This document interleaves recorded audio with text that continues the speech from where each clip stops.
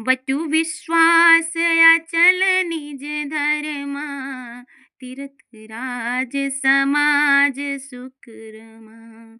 सबहि सुलभ सब दीन सब देसा, सेवत सादर समन कलेसा। उस संत समाज रूपी प्रयाग में अपने धर्म में जो अटल विश्वास है वह अक्षयवट है और शुभ कर्म ही उस तीर्थ राज का समाज परिकर है। वह संत समाज रूपी प्रयागराज सब देशों में सब समय सभी को सहज सहज ही में प्राप्त हो सकता है और आदर पूर्वक सेवन करने से कलेशों को नष्ट करने वाला है।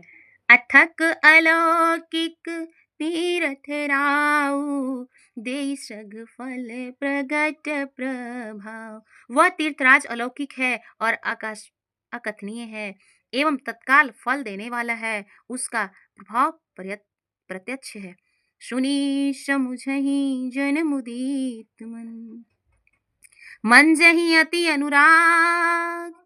लहहि चारि फल अछत तनु, साधु समाज प्रयाग सियावर देव गुरु की जय। जो मनुष्य इस संत समाज रूपी तीर्थराज का प्रभाव प्रसन्न मन से सुनते हैं और समझते हैं और फिर अत्यंत प्रेम पूर्वक इसमें गोते लगाते हैं, तो वे इस शरीर के रहते ही धर्म अर्थ काम मोक्ष चारों फल पा जाते हैं। मंजन फल पेखिए तत्काला, काक होई पिक बक उमराला। सुनिया रच रज करे जनि कोई, संत संगति महिमा नहीं गोई।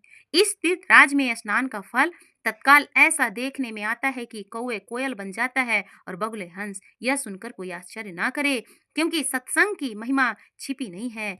वाल्मीकि नारद घट जोनी, निज निज मुख कही निज होनी। जलचर थलचर नभ चर नाना, जे जड़ चेतन जीव जहाना। वाल्मीकि जी, नारद जी और अगस्त्या जी ने अपने अपने मुखों से अपनी होनी जीवन का वृतांत कही है। जल में रहने वाले, जमीन पर चलने वाले और आकाश में विचरने वाले नाना प्रकार के जड़ चेतन जितने जीव इस जगत में हैं। मति कीरति गति भूति भलाई, जब जेहि जतन जहाँ जेहि पाई।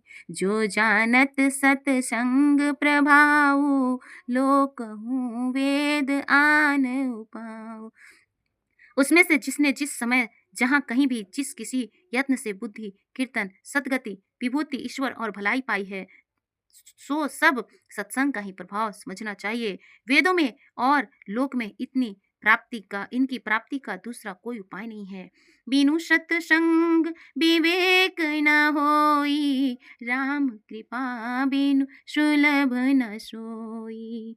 संत संगत मुद मंगल मूला, सोई फल सिद्धि सब साधन फूला। सत्संग के बिना विवेक नहीं होता और श्री राम जी की कृपा के बिना वह सत्संग सहज में